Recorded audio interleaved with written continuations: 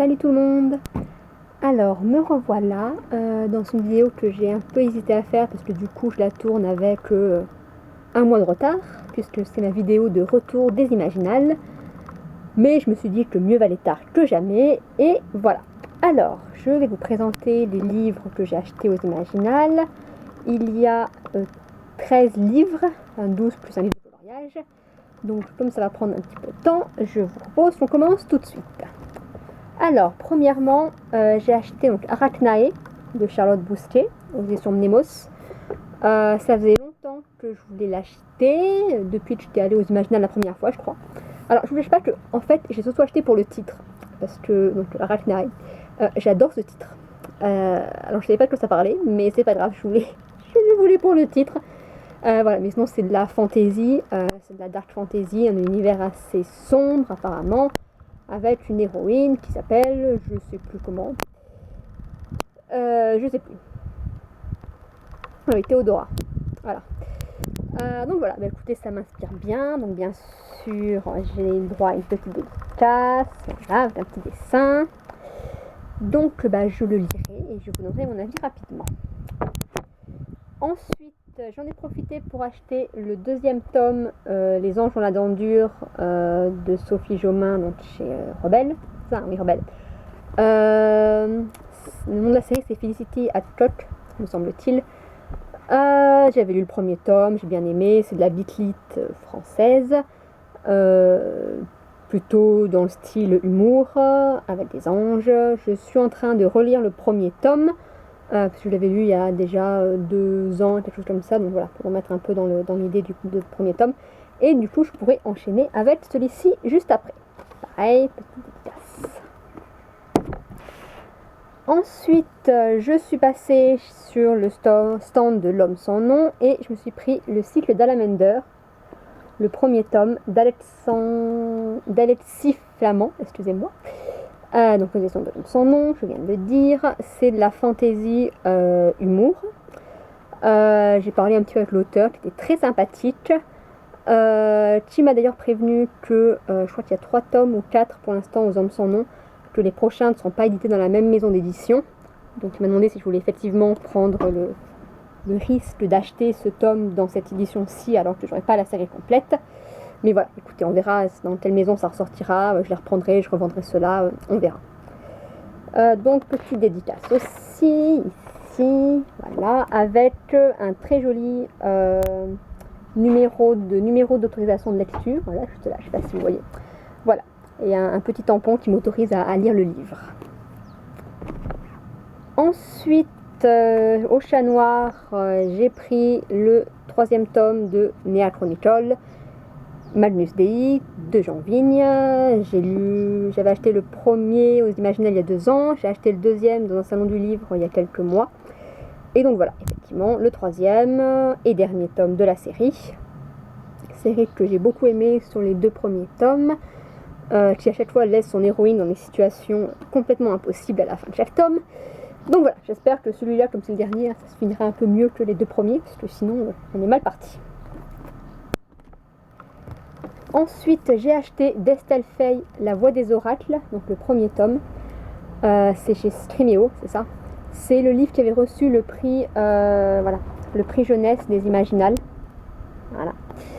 Oui, j'ai enlevé la petite étiquette parce que je trouvais que ça était très moche sur la couverture, donc je l'ai gardé mais derrière, enfin à l'intérieur. Donc mythologie, livre fantastique qui se passe, me semble-t-il, dans un monde romain à 5e siècle, donc en Gaule au 5e siècle après Jésus-Christ. Voilà, elle en avait un peu parlé dans quelques conférences, et puis voilà, je me suis dit, allez, j'avais jamais acheté les romans qui étaient primés aux Imaginales, donc je me suis dit, allez, cette année on se lance, je vais voir ce que ça donne, et je suis partie avec celui-ci. Ensuite, je suis passée voir Céline Landrécy pour acheter le 3e tome de Rose Morte, Flétrissure, que j'attendais depuis 2 ans maintenant, puisque j'avais acheté les deux premiers tomes il y a 2 ans en première Imaginale où j'étais allée. J'avais lu les 2 tomes pendant les Imaginales, tellement que j'étais emballée. Et donc voilà, donc j'ai commencé ce 3e tome. Alors je l'ai lu, celui-là, hein. Ça fait partie de ceux que j'ai déjà lus dans les livres des Imaginales. Très bien aussi, donc je ferai une chronique un peu plus poussée plus tard.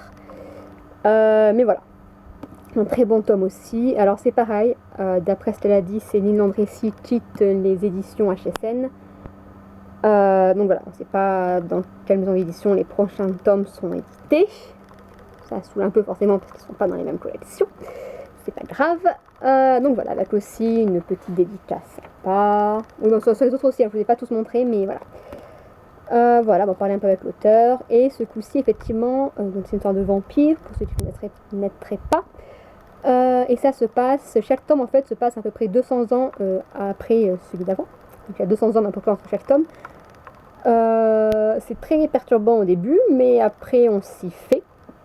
Voilà, celui-ci, donc ça se passe encore après, donc je vous donne pas l'époque, comme ça vous chercherez si ça vous intéresse. Et ce qui est bien, c'est que les personnages et les styles de lecture, je trouve, presque évoluent en même temps que les époques où ça se passe. Ici, c'est un livre beaucoup plus moderne, beaucoup plus action, puisque je crois que tout le livre se passe sur quelques jours. Donc voilà, un très bon tome aussi. Si vous n'avez pas commencé la série, commencez-la. Ensuite, je suis allée voir Alice Starling et j'ai acheté les tomes 2 et 3 de Requiem pour Sacha, donc Agnus Dies Lare, comme ça, hein, et Agnus Dei.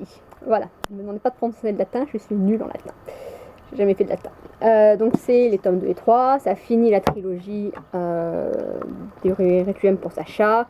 Je les ai lus, j'ai beaucoup aimé, les chroniques sont en cours d'écriture. Voilà, pareil avec des petites dédicaces et des petits autocollants. Voilà, donc effectivement j'étais contente d'avoir les deux à la suite, hein, parce que déjà quand j'avais arrêté le premier, ça s'arrêtait pas du tout comme je voulais que ça s'arrête. Donc voilà, et là effectivement ça a bien repris dans le deuxième, ça a bien fini dans le troisième. Voilà, c'est une série qui se finit bien, voilà, qui se finit, disons, bien, pas bien, après c'est à vous de juger, mais qui se finit. Donc ça c'était bien. Ensuite, j'ai acheté une rare fois où j'ai fait la queue de Jean-Philippe Jarvowski. Je suis désolée, mais j'ai du mal avec les noms en fait. Donc Même pas mort, le premier tome de Roi du Monde, aux éditions des Moutons électriques. Donc là aussi, avec une dédicace. Bon, une partie ici écrite en celtique. Donc, il me dit ce que ça voulait dire, mais je dois vous avouer que j'ai pas retenu et du coup j'ai aucune idée de ce qui est écrit. Mais c'est pas grave, je chercherai un jour. Donc premier tome que j'ai lu, qui est bien, je vous ferai une chronique plus précise. Voilà, donc surtout, voilà, effectivement le livre c'est celui qui m'a coûté le plus cher, je crois qu'il était à 23 €. Mais voilà, c'est un hardback dans un format très sympa d'ailleurs, un peu carré. Voilà, c'est un très bel objet, je ne regrette pas de l'avoir acheté. Ensuite, je suis allée voir la star de cette année, donc Robin Hobbs. Alors je lui ai fait aussi dédicacer le premier tome de l'Assassin Royal et le premier tome des Aventuriers de la Mer, série que j'avais déjà achetée et lue. Et j'en ai profité pour acheter alors Le Prince Bâtard. Donc ça se passe toujours dans le même monde, avant l'Assassin Royal. C'est l'histoire du prince Pi, en fait, ils en parlent un peu dans l'Assassin Royal. C'est un des princes qui avait le vif, qui a essayé de devenir roi des 7 royaumes, c'est ça? Non, c'est pas ça. Enfin bref, des 6 duchés, voilà, je suis désolée, c'est entre Game of Thrones et c'est pas grave. Donc roi des 6 duchés, voilà, c'est pas 7, c'est 6. Donc voilà, je l'ai lu aussi, celui-là, c'est très court, hein, c'est un livre très court, mais voilà, c'était sympa. Par contre, effectivement, je pense que c'est sympa, mais c'est pas à lire tout seul. C'est à lire si vous avez lu l'Assassin Royal et que vous voulez une petite nouvelle qui se passe dans le même univers, mais c'est pas... Il n'y a pas assez de matière pour un livre à part entière. Voilà, avec la petite montre, celle-là, voilà. Une dédicace de Robin Hobbs, ici, voilà. Et j'en ai profité pour acheter le premier tome d'une des séries que je n'avais pas encore lu, La Cité des Anciens. Dragon et Serpent, le nom de la série, je crois. Qui se passe toujours dans le même univers, qui se passe, me semble-t-il, après les Aventuriers de la Mer et après l'Assassin Royal. Donc j'ai préféré prendre cette série-là plutôt que la nouvelle qu'elle est en train d'écrire, qui est la suite de l'Assassin Royal, parce que c'est une série qui est encore en grand format, qu'en France ils vont encore nous sortir en 6 ou 12 tomes, et que 12 tomes à 20 €, franchement, c'est trop cher. Donc voici, celle-ci est en poche. Ah oui, bien sûr, faut que il y a un tracteur qui passe. Donc, alors bien sûr, je vous montre la petite dédicace de Robinops. Voilà, donc série qui a hâte de commencer, sachant qu'effectivement il faudra déjà les tomes d'après, et comme pour l'instant j'essaie de faire baisser ma palle, je ne vais pas le commencer tout de suite. Et j'ai fini mes achats avec Les Outrepasseurs, le premier tome de Cindy Van Wilder, qui était installé juste à l'entrée de la bulle du livre. Du coup, je suis passée devant environ 500 fois pendant le festival.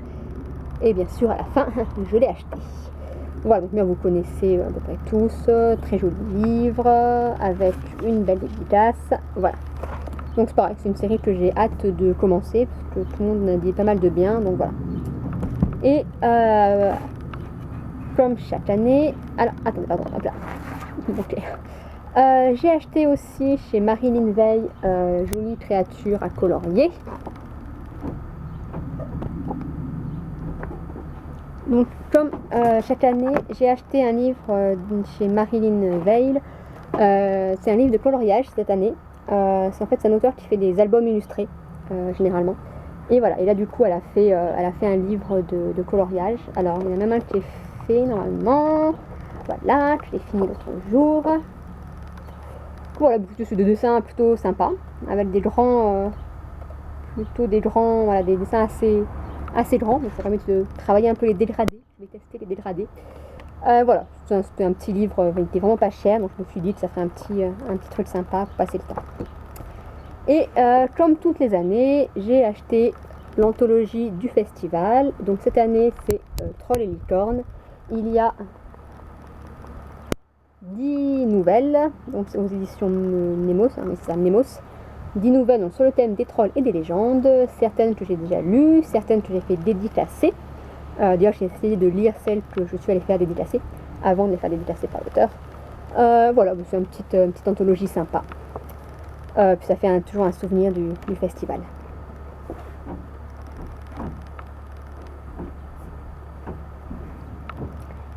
Donc voilà, c'est tout pour cette année. Ça fait 13 livres.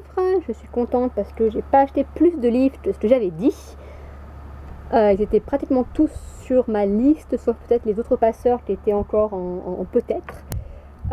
Mais qui étaient quand même sur ma liste en peut-être. Donc voilà, je suis fière de moi et on verra l'année prochaine. Salut! Alors du coup, comme j'ai acheté que 2 livres depuis les Imaginales, et que je vais essayer de ne pas en acheter de l'été pour faire baisser ma palle, j'en profite pour vous montrer donc les 2 seules nouvelles arrivées de ma palle 7 pour l'été. Donc premièrement, j'ai acheté le 3e tome de Meg Corbin, Vision in Silver, pardon, c'est en anglais, d'Anne Bishop. Donc c'est aux éditions Rock, en VO, en hardback bien sûr. Voilà, j'avais beaucoup aimé le tome 1 et le tome 2, j'avais déjà lu le tome 2 en VO, donc je me suis dit que j'allais continuer. Ça s'était bien passé la lecture. Voilà, c'est une série que j'aime vraiment beaucoup. Le tome 2 est sorti en français chez Brajlon. Il ne me semble pas encore chez Milady, mais ça ne devrait tarder. Voilà, bah, je vous en reparlerai. Mais voilà, c'est de la fantasy bitlit mélangée. C'est très bien. Voilà, il y a beaucoup d'humour, un monde très sympa, donc j'ai hâte de retrouver l'héroïne et le héros aussi, Med et Simon, qui n'arrêtent pas de se retrouver dans des situations très marrantes. Qui nous font beaucoup rire, même si à mon avis ils ne doivent pas rigoler beaucoup eux, mais nous ça nous amuse bien. Donc voilà pour l'arrivée. Et la dernière arrivée, donc vous voyez, je n'ai pas encore déballé, mais c'est envoyé des éditions Streaméo. Et j'ai participé à un concours sur Facebook en fait la semaine dernière pour gagner un livre et j'ai gagné. C'est la première fois que je gagne un concours. Non, c'est pas vrai, j'ai déjà gagné un ou 2 livres, mais c'est l'une des premières fois que je gagne un concours. Du coup, voilà. Donc, petite lettre. Donc c'est le premier de Nadia Coste aux éditions Streaméo, bien sûr, que j'avais hésité à acheter aux Imaginales, mais finalement j'avais déjà